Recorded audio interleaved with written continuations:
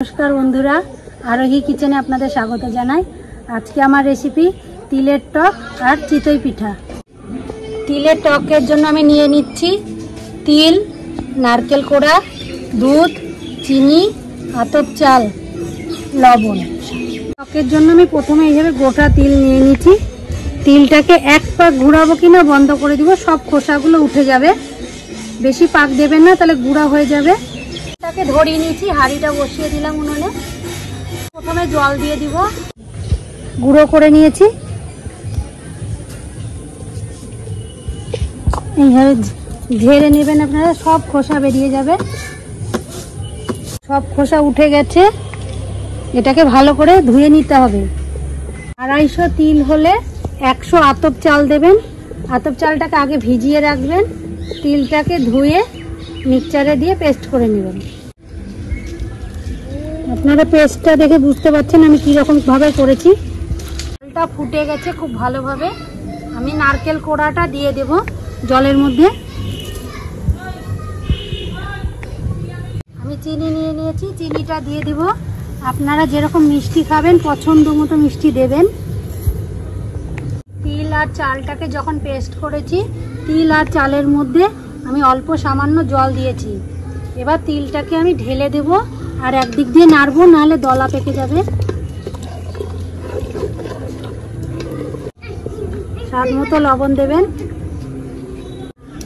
আমি দুধটাকে আগে থেকে ভালো করে ফুটিয়ে রেখেছি, এবার সেই দুধটা দিয়ে দেব তিলের টকের মধ্যে।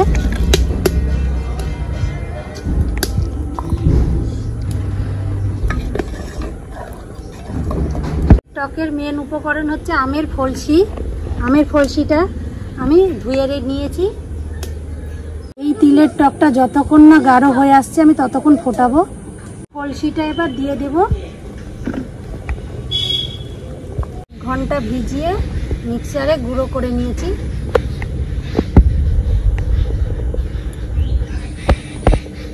স্বাদ মতো লবণ দেব গুঁড়োর মধ্যে। প্রথমে আমি একবারে জল ঢেলে দেব না, আস্তে আস্তে জল দেব। আটা মাখার মতো না, জলটা দিয়ে আমি চালের গুঁড়োটাকে মেখে নিব। এইভাবে ভালো করে ফাটিয়ে নিব, তাহলে পিঠাটা ভালোভাবে ফুলবে।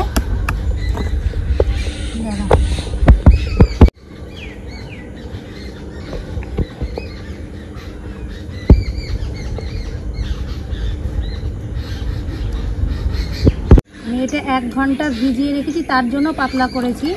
আপনারা যদি কেনা গুঁড়ো দিয়ে করেন তাহলে আর একটু গাঢ় গাঢ় করতে হবে। এই যে আমি কীরকম পাতলা করেছি, যে আপনারা দেখতে পাচ্ছেন। নিয়ে নিয়েছি সর্ষের তেলটা, আমি পিঠা ভাজা সরাটা মাখিয়ে নিব, তাহলে লেগে থাকবে না, উঠে যাবে ভালো মতন।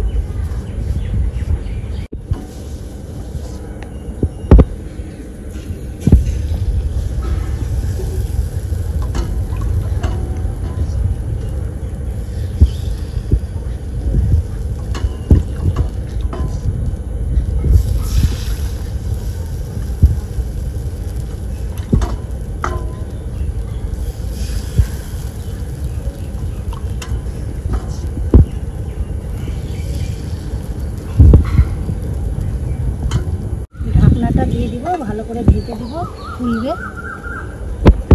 এটা ঢাকনাটা খুলে দেব, বেশ ভালোভাবে ফুলেছে।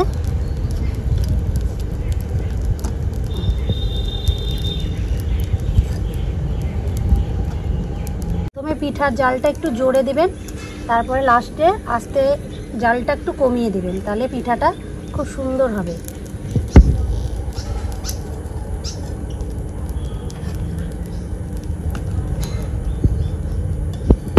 তিলের টকটা গাঢ় হয়ে গেছে, এবার আমি নামিয়ে দিব। আমার তিলের টক আর চিতই পিঠা হয়ে গেছে। আপনাদের ভালো লাগলে আমাকে লাইক, কমেন্ট ও শেয়ার করুন।